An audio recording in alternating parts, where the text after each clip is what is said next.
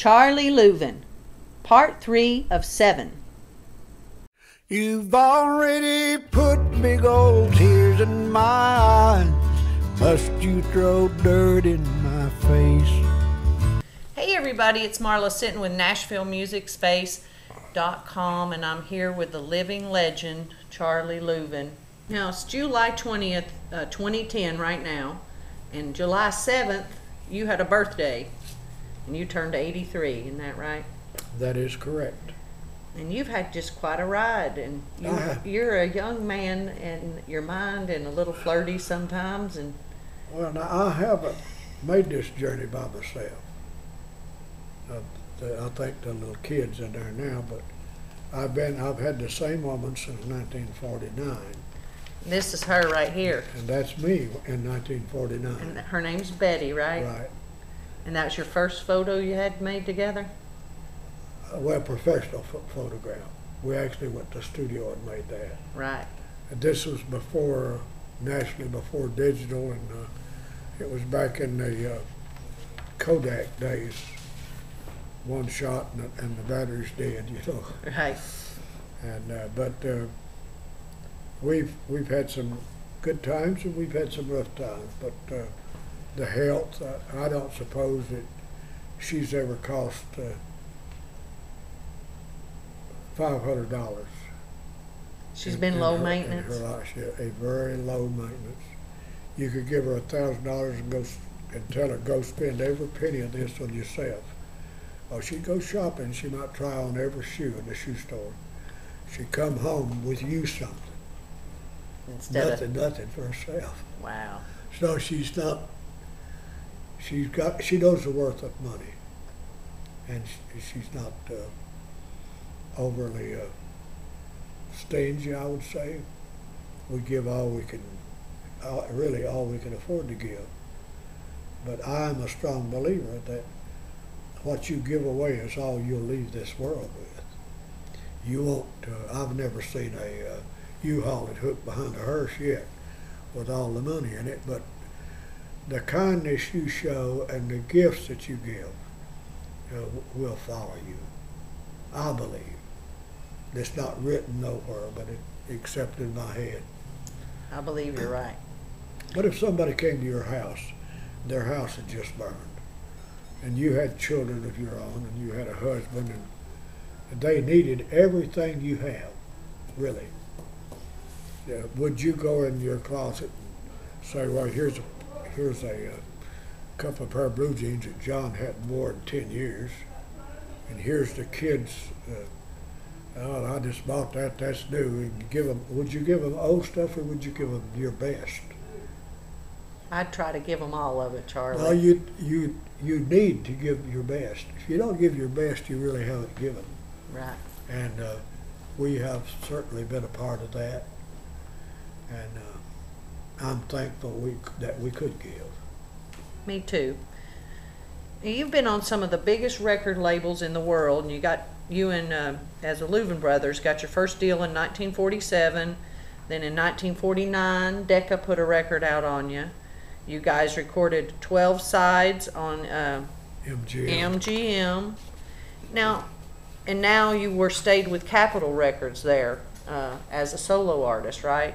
And towards the end of your career, you guys were on Capitol. So what is it like for people who dream of a record deal to have the opportunity to be on some of the biggest labels in the world?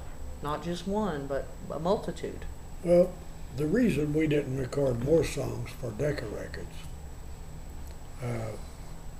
we cut Alabama and the 7-Year Blues. Those were both Louvin Brothers songs. And then Paul Cohen, who was the boss at that time with Decca Records, started just sending us just big packages of records, to listen to songs. But they didn't lend themselves to harmony. And so we just didn't like them. And we were told, this is what you're going to record. So they would set up a session and choose the musicians, but Ira and I would get sick. We only had to get sick 3 or 4 times because it was only a 1-year contract, and so we got sick and never did record again for Decca Records. And Then Fred Rose got us to deal with MGM, and that wasn't a good place for us to be. Hank Williams and Patty Page got all the advertising money that MGM spent. So finally, Fred Rose told us that and he got us to deal with Capitol. Now, during that time the Louvin brothers were together, your touring was sporadic and your recording because you were in the Korean War. What was that like, going back and forth from your music career and the war? I can't tell you I liked it. I don't have to say that. No, sir. You see, I joined the Army before we actually got started good. I became 18 years old in 1945. You couldn't get a job no place. Everybody would tell you that the draft will have you before you can learn anything. So we can't train you for nothing because you don't have time. They'll draft you. So I heard that several times, and I got teed off, and I just went and joined. So I was only in there 14 months, and they passed a law that they don't put money with what money they take out of your money to send home. I was sending a check home to Mom and Papa. And they said, we're not going to do that anymore. But if you're really needed at home, all you got to do is go to headquarters and tell them they'll discharge you. So I really had about all I wanted in 14 months. So I took the discharge and came home. And then we were doing quite well in Memphis. In 1952, I get my greetings from the draft board. So I rushed down to tell them how stupid they were. And I've been there and done that. And they said, we know that, we know everything, but you haven't got but 14 months of active duty. You have to have 24, so you're in. And to top that off, I only like 3 weeks of being over the limit of 27-year-olds. They wouldn't draft you beyond that. And my wife was 3 months pregnant. So they informed me that she could do that just as well with me in Korea as they could if I stayed home. So away I went.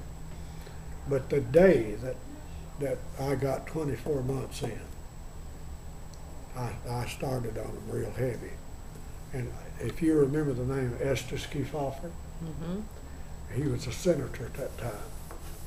And he had already had dozens of letters from me.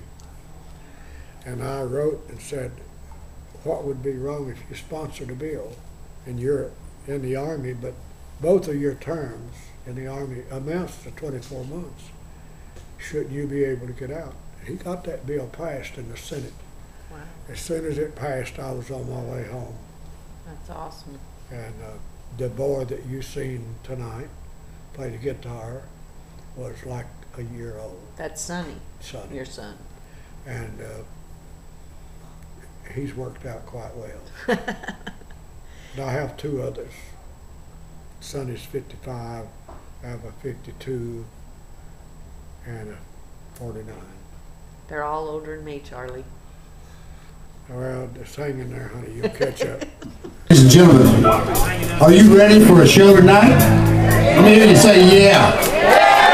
Ladies and gentlemen, straight from the Hall of Fame, from Country Music's Hall of Fame, the man who helped change lives and change music throughout history, gave Elvis Presley his phrasing, George Jones his voice, and on and on. The one and only and the great Charlie Louvin. Let's go.